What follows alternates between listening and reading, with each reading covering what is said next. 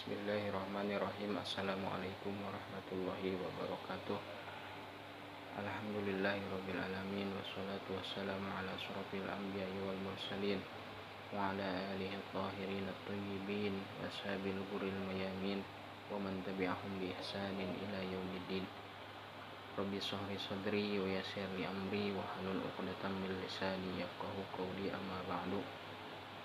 Yang sama-sama kita hormati dan kita muliakan dosen pengampu mata kuliah program pengalaman lapangan, yaitu Ibu Laila Sari SAG MPD, yang saya hormati dan saya banggakan teman-teman mahasiswa di semester 7 yang insya Allah dirahmati Allah Subhanahu wa Ta'ala. Setelah kita memanjatkan puji dan syukur kehadirat Allah Subhanahu wa Ta'ala dan berselawat kepada baginda Nabi besar Muhammad Shallallahu Alaihi Wasallam, tentunya kita memohon kepada Allah Subhanahu wa Ta'ala, mudah-mudahan apa yang kita laksanakan ini Allah mencatat menjadi amalan terbaik dari sekian amalan-amalan yang telah kita tunaikan. Baik teman-teman semua, kami dari kelompok 11 ingin melanjutkan daripada pembahasan mata kuliah ini, yaitu dengan judul program pengalaman lapangan atau PPL, yang mudah-mudahan dari pembahasan kita ini bisa sedikit membuka pemahaman kita tentang apa sih pengertian dari PPL ini dan tujuan dari PPL ini dan manfaat dari PPL ini. Dan kami membuat contoh format laporan daripada program pengalaman lapangan ini. Baik, lanjut kepada pembahasan, bahwasannya apa sih pengertian daripada PPL ini. Kami menuliskan di makalah kami yang mungkin teman-teman bisa lihat dan baca. Program pengalaman lapangan ini merupakan muara dari aplikasi seluruh materi yang telah kita terima atau peserta didik selama mengikuti pembelajaran di bangku kuliah. Dan kami mengutip dari Akadir Munsi bahwasannya pengertian PPL ini yaitu kegiatan dalam bentuk latihan mengajar yang dilaksanakan seseorang secara terbimbing untuk mendapatkan keterampilan dalam memberikan pembelajaran dan ditempuh dalam waktu tertentu sebagai salah satu syarat untuk memenuhi program pengalaman lapangan. Dan program pengalaman lapangan ini pada hakikatnya adalah ada 3, yaitu yang pertama dilakukan secara terbimbing. Dalam melakukan PPL ini, seseorang calon guru dibimbing oleh dosen atau guru pamong yang selalu memberikan bimbingan, petunjuk, saran dan nasihat kepada kita semua, khususnya calon guru, mengenai segala sesuatu yang ada hubungannya dalam mengajar. Dan hakikat yang kedua yaitu bersifat latihan yang diperagakan dalam mengajar. PPL ini meskipun bersifat latihan, sekalipun sifatnya latihan, tentunya kita semua harus menjalankan ini dengan benar-benar dan bersifat dan bersikap sebagai guru. Tentunya program pengalaman lapangan ini haruslah benar-benar dan kita serius menjalankan daripada PPL ini. Dan hakikat yang ketiga yaitu bertujuan untuk mendapatkan keterampilan mengajar. Dalam PPL ini salah satu fungsi dan tujuannya adalah mendapatkan keterampilan dalam mengajar. Yang keempat, salah satu syarat untuk memenuhi sesuatu program yang pada hakikatnya adalah bagi seorang yang menjalani program pengalaman lapangan, pada umumnya kegiatan ini kita laksanakan untuk memenuhi tugas dalam rangka menyelesaikan suatu program pendidikan. Untuk selanjutnya, setelah penjelasan di atas, kita bisa formulasikan bahwa tujuan mengajar secara khusus bagi seorang atau calon guru adalah ada dua. Yang pertama, sebagai suatu pernyataan ekspresi kita daripada rasa syukur atas nikmat yang berupa anugerah dan hidayah ilmu yang diberikan Allah Subhanahu wa taala kepada kita semua. Itu nikmat yang tentunya kita fungsikan sebagaimana mestinya, yaitu dengan mengajarkan kepada orang lain. Yang kedua, sebagai kewajiban moral kita sebagai akademis, sebagai salah satu akademis yang dituntut untuk melaksanakan tugas-tugas keilmuannya, diantaranya mengimplementasikan ilmunya dengan mengajar. Dan yang selanjutnya yaitu tujuan daripada program pengalaman lapangan. Pada uraian di atas bahwasannya sudah dijelaskan program pengalaman lapangan adalah suatu kegiatan dalam bentuk latihan mengajar yang dilaksanakan oleh seseorang secara terbimbing. Dan tujuannya adalah yang pertama, membimbing para calon guru ke arah terbentuknya pribadi yang memiliki nilai, sikap, pengetahuan, serta keterampilan yang diperlakukan bagi profesi administrator pendidikan, serta mampu menangkap makna dari situasi keguruan yang dihadapinya.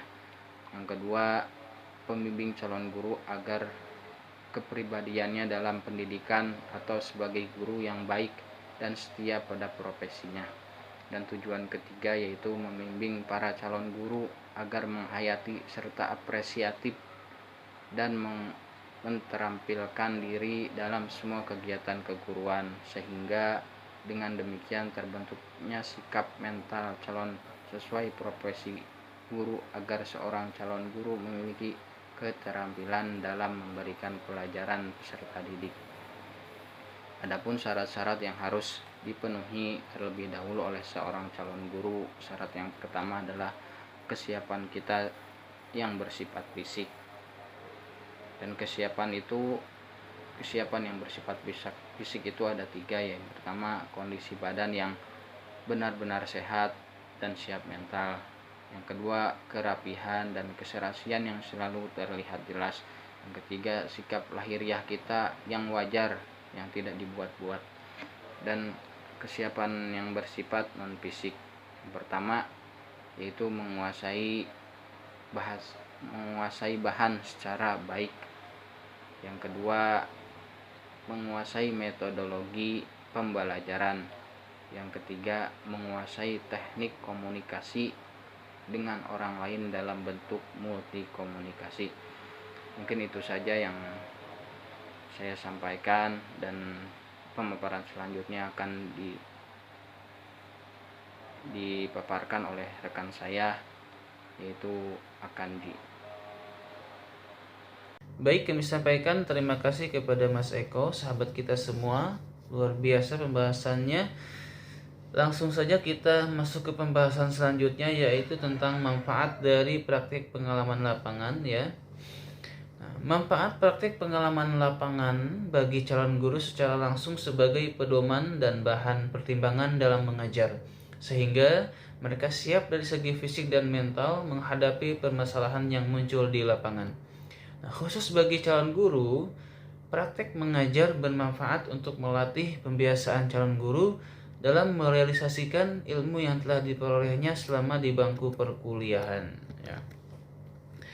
Adapun manfaat dari praktek pengalaman lapangan ini adalah yang pertama, manfaat bagi mahasiswa itu sendiri, kemudian manfaat bagi sekolah, dan yang terakhir yang ketiga itu manfaat bagi universitas di mana dia melangsungkan perkuliahan ya. Nah, manfaat bagi mahasiswa itu sendiri diantaranya adalah terbagi menjadi 4 ya. Diantaranya yang pertama, bisa mendapatkan kesempatan untuk mempraktekkan bekal yang diperoleh selama kuliah di tempat PPL. Kemudian yang kedua, bisa mengetahui dan mengenal secara langsung kegiatan belajar mengajar di sekolah latihan. Yang ketiga, bisa memperdalam pengertian dan penghayatan siswa tentang pelaksanaan pendidikan. Kemudian yang keempat, bisa mendewasakan cara berpikir, meningkatkan daya penalaran mahasiswa dalam melakukan penelaahan, perumusan, dan pemecah masalah pendidikan yang ada di sekolah. Adapun manfaat bagi sekolah itu sendiri diantaranya adalah bisa meningkatkan kualitas pendidikan, ya. Kemudian bisa memberikan masukan kepada sekolah atas hal-hal atau ide-ide baru dalam perencanaan program pendidikan yang akan datang. Kemudian manfaat bagi universitas di mana dia melangsungkan perkuliahan diantaranya adalah bisa memperoleh masukan tentang kasus pendidikan yang dipakai dapat sebagai bahan pertimbangan penelitian. Kemudian yang kedua, bisa memperoleh dan meningkatkan jaringan kerja atau jaringan kerjasama ya dengan sekolah-sekolah latihan. Kemudian yang ketiga, bisa memperoleh masukan tentang perkembangan pelaksanaan PPL hingga kurikulum, sehingga metode yang dipakai dapat disesuaikan dengan tuntunan yang ada di lapangan ya. Lanjut kita ke selanjutnya ya, ke format selanjutnya atau pembahasan selanjutnya, yaitu tentang contoh format laporan ya. Bisa teman-teman lihat di makalah ya, dimana di sini dicantumkan diantaranya adalah cover, kemudian lembar pengesahan atau halaman pengesahan, dan juga di bawahnya lagi ada daftar isi ya. Nah, jadi contoh format laporan ini, kita semua menuliskan laporan kegiatan program pengalaman kerja di bagian tengah atas ya. Kemudian dilanjutkan dengan judul yang akan kita gunakan atau yang kita bahas ya. Di tengah-tengah di bawahnya laporan kegiatan program pengalaman kerja ya. Nah, di bawah judul kita dituliskan sekolah ya. Tapi biasanya orang menggunakan dengan logo sekolah dan sekolahnya, tapi bisa juga dengan nama sekolah atau juga dengan logo sekolah. Nah, di bawahnya itu kita tuliskan lagi diajukan ya, diajukan untuk melengkapi tugas akhir mata kuliah program pengalaman lapangan ya. Nah, lanjut ke bawahnya lagi dituliskan juga lembaga perguruan tinggi kita ya. Kemudian di bawahnya itu dituliskan oleh kita nama kita dan juga NIM. Jangan sampai ketinggalan ya NIM-nya ya. Karena harus lengkap, nama dan NIM itu sepaket ya. Kemudian bagian bawahnya, bagian terakhir yaitu dituliskan fakultas kita ya. Fakultas Agama Islam atau Tarbiyah, Fakultas Agama Islam, dan juga tahun ajarannya. Nah, ini adalah contoh format laporan bagian covernya ya. Nah, kemudian dilanjutkan ke bagian lembar pengesahan ya. Nah, lembar pengesahan ini kita tuliskan di tengah-tengahnya bagian atas halaman pengesahan ya. Kemudian garis baru ya. Dilanjutkan dengan penulisan yang bertanda tangan di bawah ini ya. Dosen pembimbing, lapangan guru pamong, dan kepala sekolah. Titik-titik, kepala sekolahnya kepala sekolah apa dituliskan di situ. Kemudian di bawahnya lagi menerangkan bahwa yang bersangkutan atau menerangkan bahwa yang tersebut di bawah ini ya. Nama, kemudian NIM, fakultas, jurusan ya. Lanjut ke bawahnya, telah melaksanakan program pengalaman lapangan dengan observasi dituliskan ini di mananya ya, di sekolah mana gitu ya. Dengan ini kami menyatakan isi dari laporan ini benar-benar dapat dipercayai dengan sepenuhnya ya teman-teman, begitu. Nah, setelah itu lalu di samping kanan bawah itu kita tuliskan tempat di mana kita melangsungkan perkuliahan ya. Jakarta, misalkan Jakarta 16 Desember 2021 misalnya, seperti itu. Kemudian di bawahnya, tengah-tengah bagian bawah disetujui oleh. Nah, disetujui oleh ini dibagi menjadi 3 ya. Ada sisi kanan, sisi kiri, dan sisi tengah ya. Sisi tengah bawah ya. Nah, bagian dari sisi kiri ini diisi oleh dosen ya. Dosen pembimbing lapangan siapa? Situ. Kemudian di sisi sebelah kanannya guru pamongnya ya. Guru pamong kita di sekolah itu siapa ya.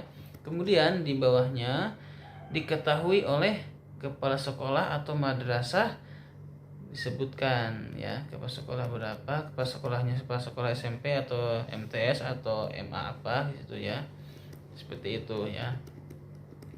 Nah, setelah itu kita masuk ke bagian daftar isi ya. Dari daftar isi kita masuk ke halaman judul, kemudian halaman pengesahan, kemudian kata pengantar, kemudian daftar isi. Nah, barulah masuk ke bab 1. Bab 1 pendahuluan. Nah, pendahuluan ini dibagi menjadi 3 bagian ya. Ada yang namanya latar belakang, kemudian ada tujuan PPL, dan juga ada gambaran umum kegiatan PPL ya, seperti itu. Kemudian setelah itu selesai, dilanjut lagi ke bagian yang kedua, yaitu bab 2 ya. Nah, bab 2 ini menerangkan tentang gambaran umum ya. Gambaran umum ini dibagi menjadi 5 bagian ya. Di antaranya latar belakang sejarah sekolah atau madrasah itu sendiri, kemudian visi dan misi sekolah, kemudian kurikulum sekolah itu, kemudian ada administrasi dan personalia, dan juga ada sarana dan prasarana. Setelah itu lanjut ke bab 3 ya, yaitu tentang rencana program ya. Nah, rencana program ini dibagi menjadi 4 bagian ya. Yang pertama ada kegiatan belajar mengajar atau KBM, kemudian ada bentuk pelaksanaan kegiatan, kemudian ada faktor pendukung dan penghambatnya, dan juga yang terakhir ada target yang dicapai. Nah, setelah itu masuk ke bab 4 ya, yaitu tentang identifikasi masalah dan solusi. Ini dibagi menjadi 3 ya, diantaranya yaitu identifikasi masalah, kemudian permasalahan, dan juga solusi ya, seperti itu. Setelah itu masuk ke bagian 5 atau bab 5 ya, yaitu tentang penutup. Nah, dari penutup biasanya ada kesimpulan, ada juga saran. Nah, setelah itu lalu kita mencantumkan di bagian bawah itu lampiran-lampiran dan juga biodata kita itu ya.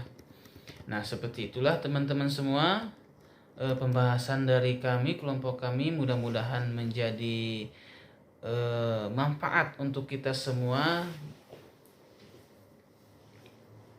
dan juga bagi teman-teman semua yang memang belum atau mungkin ada yang kurang difahami, kurang sedikit atau banyak memahami, karena kami menyampaikannya ya belum begitu sempurna atau tidak sempurna, ya silahkan teman-teman bisa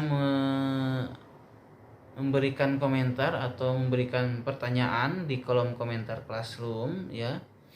Dan juga mohon kepada teman-teman ataupun ibu dosen sebagai dosen pengampu mata kuliah ini untuk memberikan saran atau kritik dan saran ya, karena makalah kami memang belum sempurna. Mudah-mudahan kedepannya bisa menjadikan makalah yang lebih sempurna lagi. Itulah pemaparan dari kelompok kami, kurang lebihnya kami mohon maaf. Wabillahi taufiq wal hidayah. Wassalamualaikum warahmatullahi wabarakatuh.